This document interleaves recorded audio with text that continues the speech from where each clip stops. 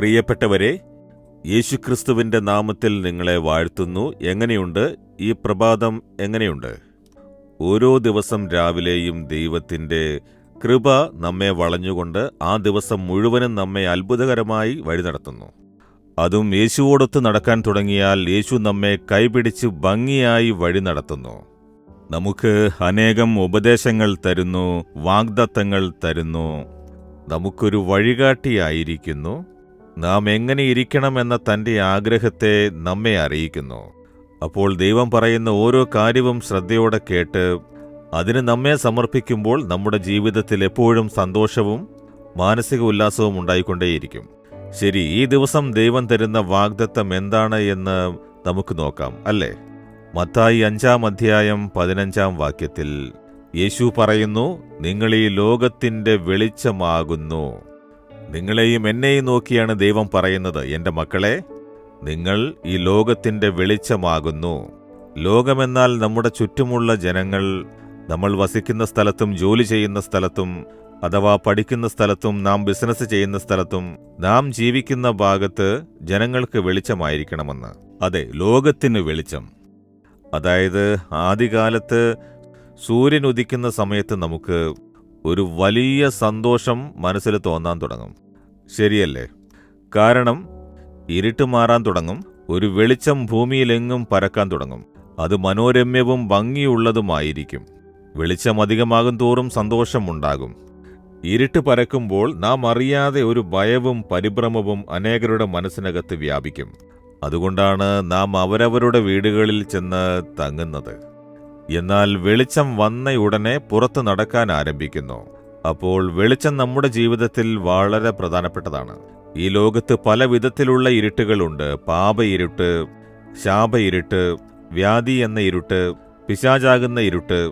ഇവയാലൊക്കെ ബാധിക്കപ്പെട്ട അനേകം ജനങ്ങളുണ്ട്. അവരുടെ മനസ്സിരുട്ടുകൊണ്ട് ബാധിക്കപ്പെട്ട സ്ഥിതിയിൽ ഭാവിയെക്കുറിച്ച് പ്രത്യാശയില്ലാതെ ഭയന്നും പരിഭ്രമിച്ചുകൊണ്ടും ജീവിക്കുന്ന അനേകരുണ്ട്. അതിനാണ് ദൈവം പറയുന്നത്, എൻ്റെ മക്കളായ നിങ്ങൾ ഭൂമിയുടെ വെളിച്ചമായിരിക്കുന്നു. നിങ്ങളുടെ വെളിച്ചം കാരണം മറ്റുള്ളവരുടെ ജീവിതത്തിലെ ഇരുട്ട് മാറും. നിങ്ങൾ വെളിച്ചമായിരിക്കണം എന്ന് ദൈവം പറയുന്നു. അതെങ്ങനെ വെളിച്ചമാകാൻ കഴിയും എന്ന് പറഞ്ഞ് ചോദിക്കുകയാണെങ്കിൽ, എന്നോട് ഒരിക്കലൊരു സഹോദരൻ സാക്ഷ്യം പറഞ്ഞ സാക്ഷ്യം അത്ഭുതകരമായിരുന്നു. ഞാൻ പോയ ഒരു സഭയിൽ ഒരു ചെറുപ്പക്കാരൻ എല്ലാവരുടെയും നടുവിൽ എഴുന്നേറ്റ് നിന്ന് സാക്ഷ്യം പറഞ്ഞു. ഞാനൊരു സാക്ഷ്യം പറയട്ടെ എന്ന് ചോദിച്ചുകൊണ്ട്. എന്താണെന്ന് വെച്ചാൽ, താൻ ക്രിസ്ത്യാനി അല്ലാത്ത കുടുംബത്തിൽ ജനിച്ചവനാണ്. എനിക്ക് ദൈവവിശ്വാസമില്ല, ദൈവമെന്നൊരാൾ ഇല്ല എന്നെല്ലാം ഞാൻ പറഞ്ഞുകൊണ്ടിരുന്നു. പക്ഷേ ഞാൻ പഠിപ്പ് പൂർത്തിയാക്കി, ജോലിയില്ല, ഭാവിയെക്കുറിച്ചുള്ള പ്രത്യാശയില്ല. എൻ്റെ ജീവിതത്തിൽ ഒരു ഇരുട്ട് മൂടിക്കിടന്നിരുന്നു. എന്ത് ചെയ്യുമെന്ന് പരിഭ്രമിച്ചുകൊണ്ടിരുന്നപ്പോൾ ഇതേ പട്ടണത്തിൽ എൻ്റെ കൂടെ പഠിച്ച ഒരു സഹോദരൻ, ഞങ്ങൾ കോളേജിൽ ഒരുമിച്ച് പഠിച്ചതാണ്, എൻ്റെ സുഹൃത്ത് ഈ പട്ടണത്തിലുണ്ടെന്ന് അറിയാനിടയായപ്പോൾ ജോലി കിട്ടുന്നതുവരെ കുറച്ചുനാൾ അവൻ്റെ കൂടെ താമസിക്കാൻ സാധിക്കുമോ എന്ന് ഞാൻ ചോദിച്ചപ്പോൾ അവൻ്റെ വീട്ടിൽ താമസിക്കുവാൻ എന്നെ അനുവദിച്ചു. അവൻ ഒരു ക്രിസ്ത്യാനിയായിരുന്നു, ദൈവവേല ചെയ്തുകൊണ്ടിരുന്നു. ഞാൻ അവൻ്റെ കൂടെ താമസിച്ചപ്പോൾ എനിക്ക് ഭക്ഷണം തന്ന് നോക്കിക്കൊണ്ടിരുന്നു.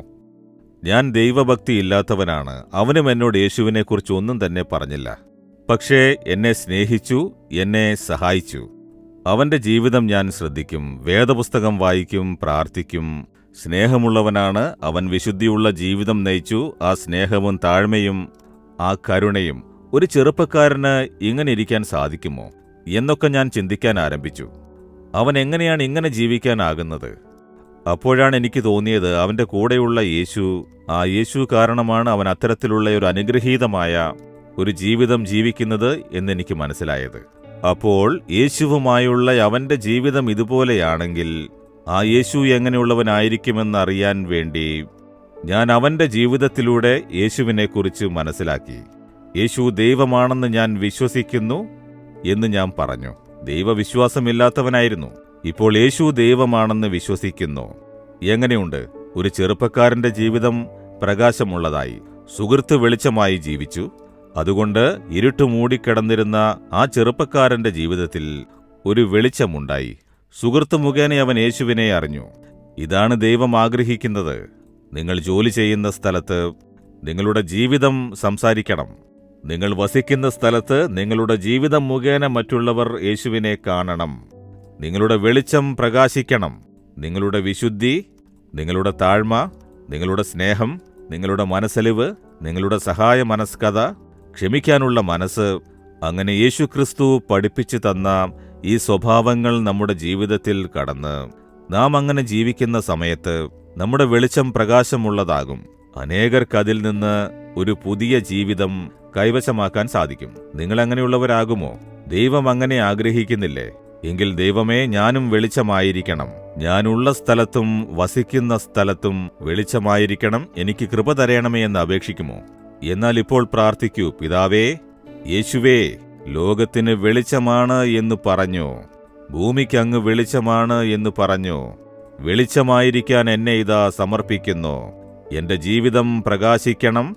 ഞാൻ മറ്റുള്ളവർക്ക് വെളിച്ചത്തെ കാണിക്കണം. അതിനെന്നെ സമർപ്പിക്കുന്നു. യേശുവിന്റെ നാമത്തിൽ ആമേൻ, ആമേൻ. Jesus readings Malayalam YouTube channel subscribe ചെയ്യുക. ബെൽ ഐക്കോൺ ക്ലിക്ക് ചെയ്യുക.